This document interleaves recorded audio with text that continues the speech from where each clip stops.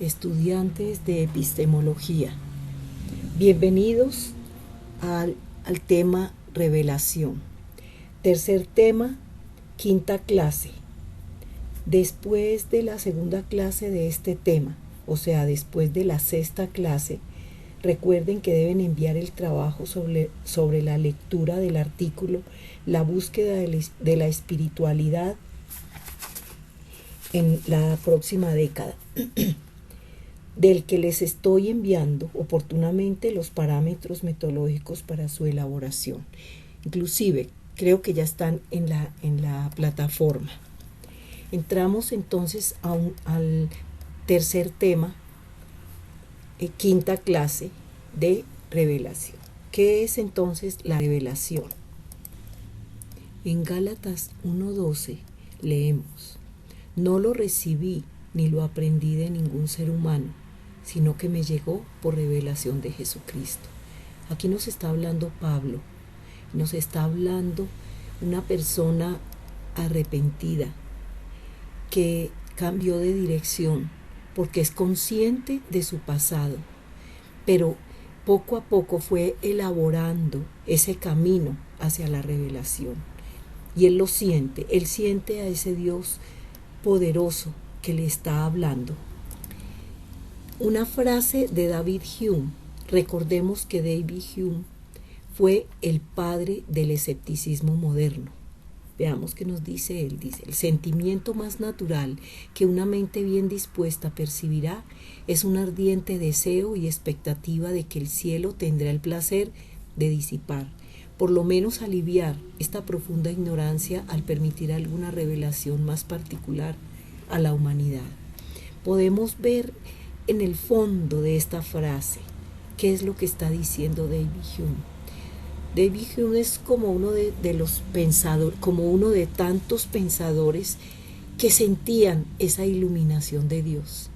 Pero recordemos, todos somos iluminados, pero no todos recibimos la revelación. Podemos acercarnos, pero el ser humano está dado a desviar esa iluminación hacia su propia conveniencia.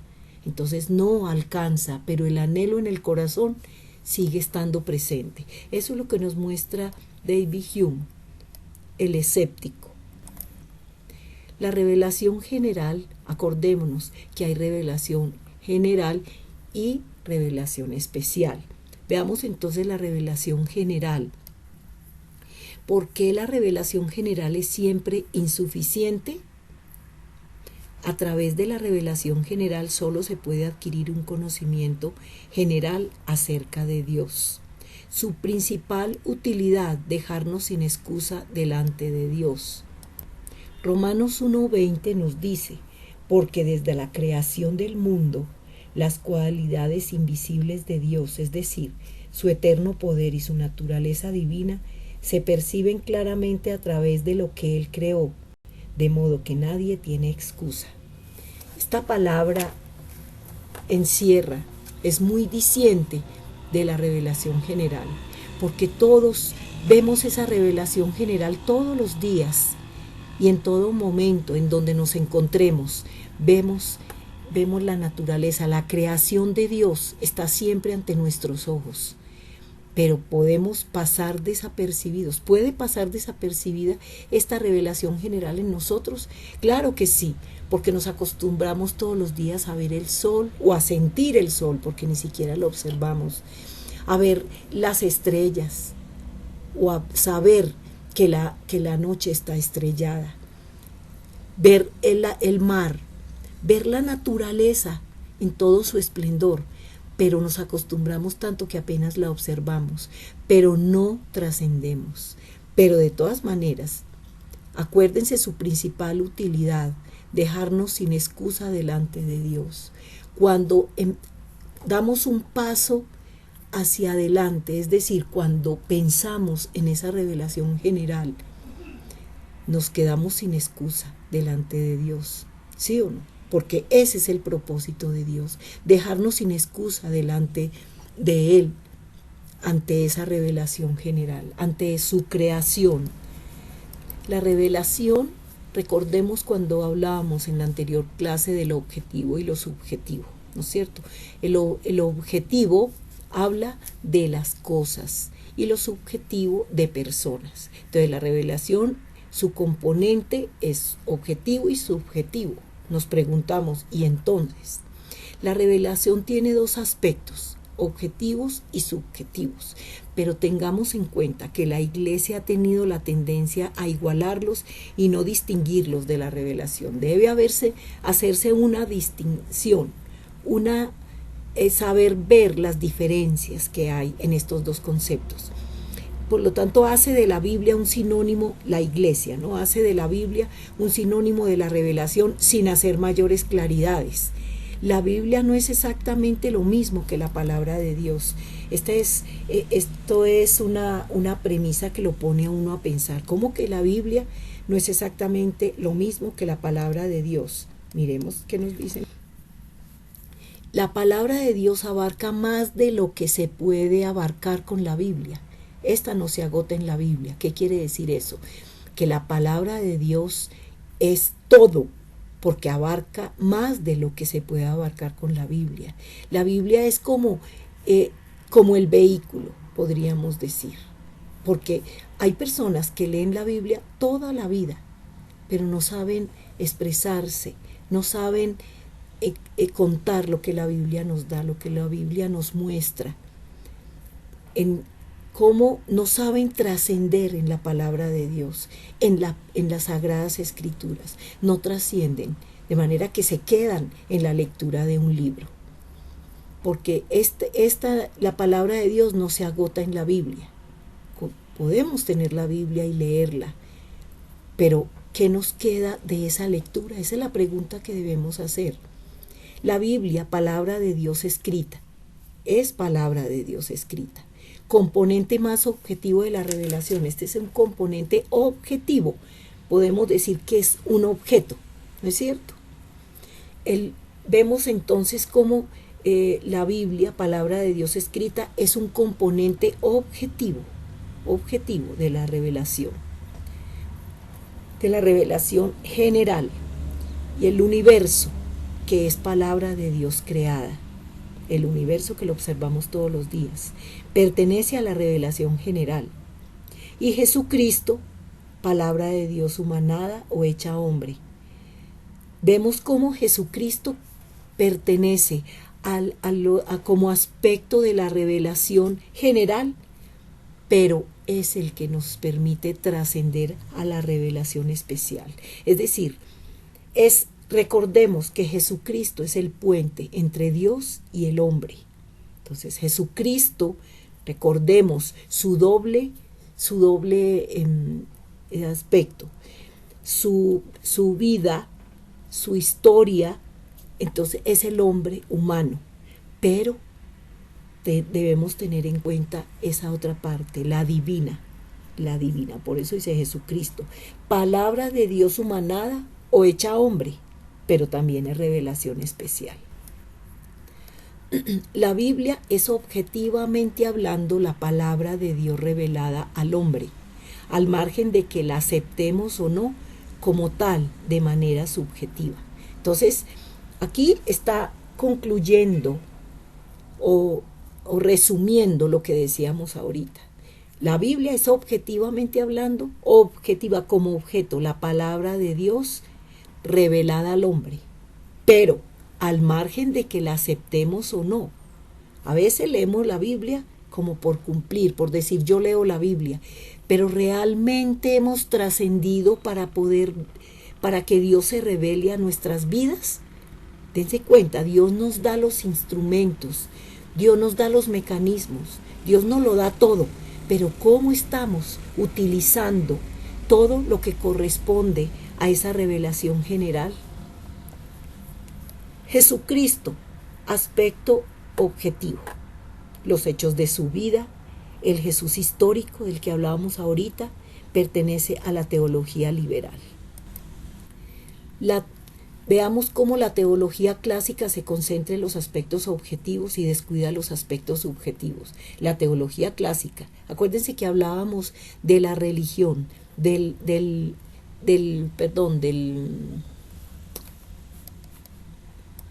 Es decir, cuando hablábamos de la iglesia clásica, de la iglesia, de la teología clásica, se concentra en los aspectos objetivos y descuida los aspectos subjetivos. Es decir, la estaba cosificando. No había lugar para la trascendencia porque se quedaba en lo objetivo, en lo material, en estos aspectos de la revelación general, que pertenecen a lo objetivo. Mientras la teología liberal cuestiona y pone en duda los aspectos objetivos, usa racionalismo y escepticismo modernos, sin dejar base a la revelación. Vemos cómo estos hitos históricos, estas posiciones de la misma teología, se le ha salido de las manos o se ha quedado en lo que no debía quedarse, porque veíamos precisamente la teología clásica, que se concentraba en los aspectos objetivos, por lo tanto descuidaba los subjetivos. Y la teología liberal se encarga de cuestionar y poner en duda los aspectos objetivos, pero usa un racionalismo y un escepticismo modernos. Recuerden cuando hablábamos ahorita de David Hume, que es el padre del escepticismo moderno. Es decir, no sabe que hay un Dios, pero nunca se acercó a Dios como debemos acercarnos. No creen en esa relación que tenemos con el Dios vivo, el Dios real. Esa es la diferencia. Y la teología contemporánea recupera los aspectos subjetivos, pero se va al otro extremo.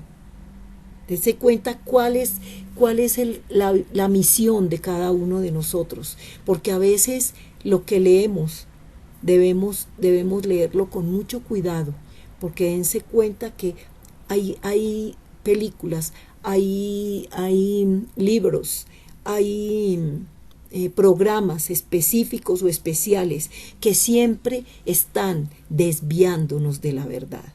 Entonces nosotros debemos tener ese radicalismo en cuanto al cristianismo, porque así debe ser. Esto es así porque Dios lo ha dicho y punto. Eso es esa convicción es la que debemos tener para defendernos de todas esas teorías que se crean, de todos esos conceptos desviados, tergiversados que nos dan a veces. Veamos entonces cómo la teología contemporánea recupera los aspectos subjetivos, pero se va al otro extremo. ¿Qué quiere decir eso? La revelación radica en sus componentes subjetivos. Es lo que vemos hoy en día en las iglesias. Precisamente vemos en los pentecostales. Veamos a ver si vemos acá. Vemos cómo las iglesias pentecostales promueven estas experiencias de carácter estático, porque no hay trascendencia. Se quedan precisamente en una adoración vacía,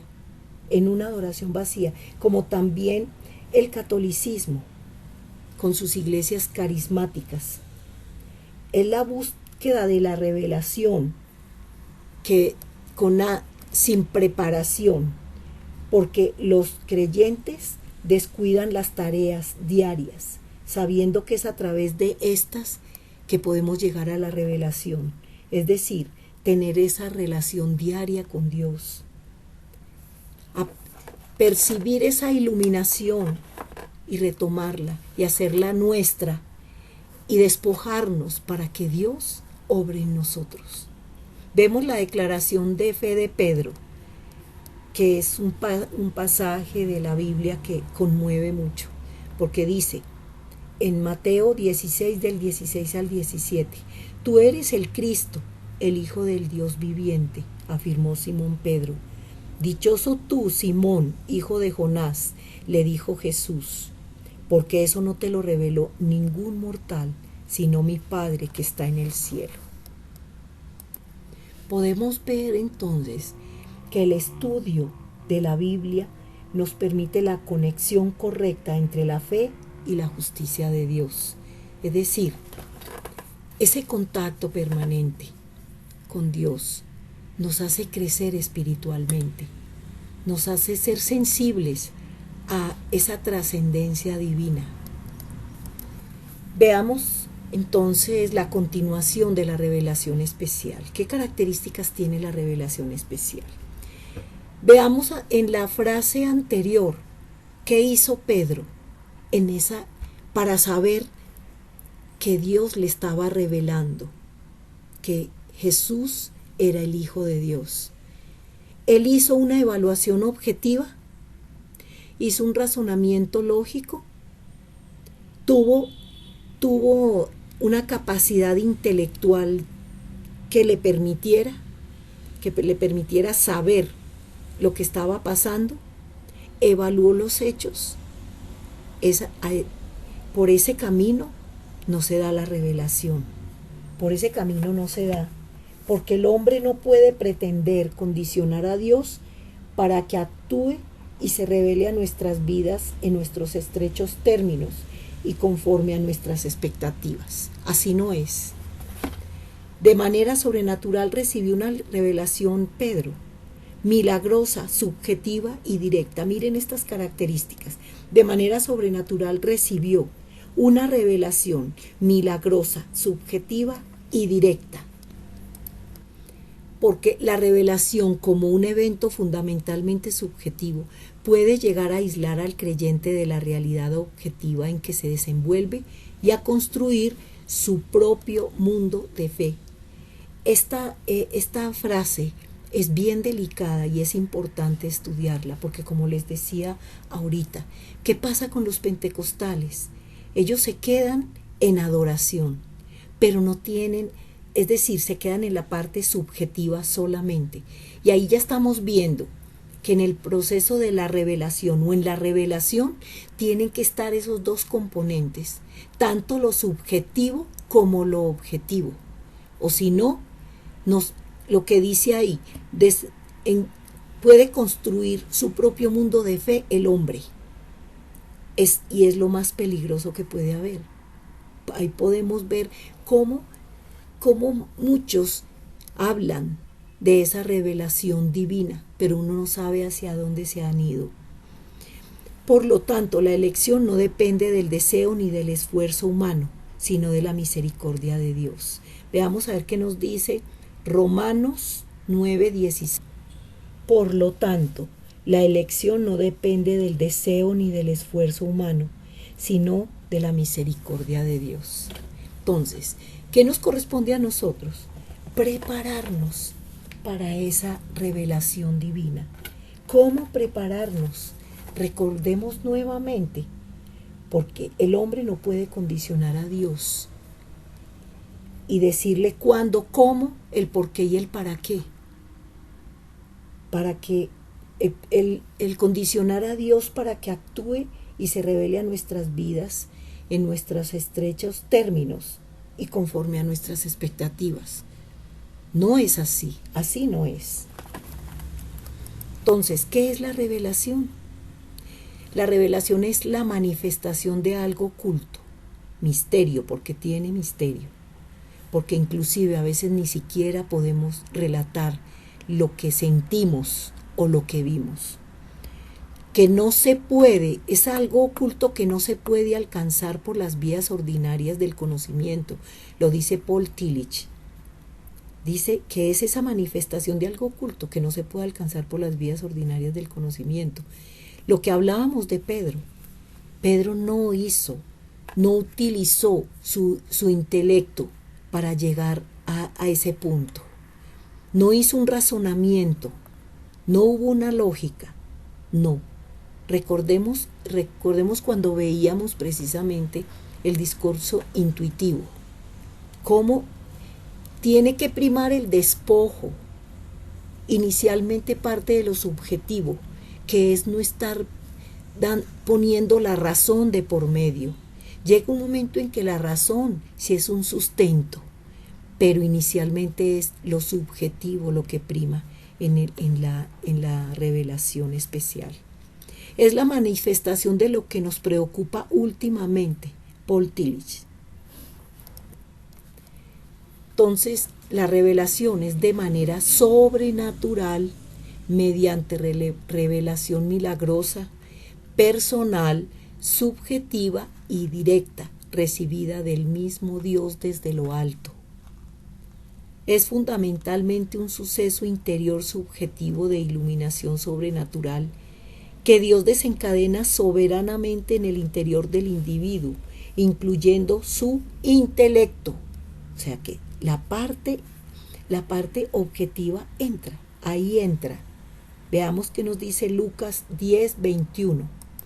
En aquel momento Jesús, lleno de alegría por el Espíritu Santo, dijo: Te alabo, Padre, Señor del cielo y de la tierra, porque habiendo escondido estas cosas de los sabios e instruidos, se las has revelado a los que son como niños. Sí, Padre, porque esa fue tu buena voluntad. Como niños, recordemos que es un niño, es inocente, no piensa, se deja llevar, se despoja. Entonces, Lucas 10:21 nos muestra, nos complementa este concepto de la revelación, porque veamos que tiene elementos subjetivos, viene de nuestro interior, no de afuera hacia adentro, sino de adentro, de esa iluminación que la recibimos, despojados de todo lo demás. Es esa iluminación sobrenatural que Dios desencadena soberanamente en el interior del individuo, incluyendo su intelecto.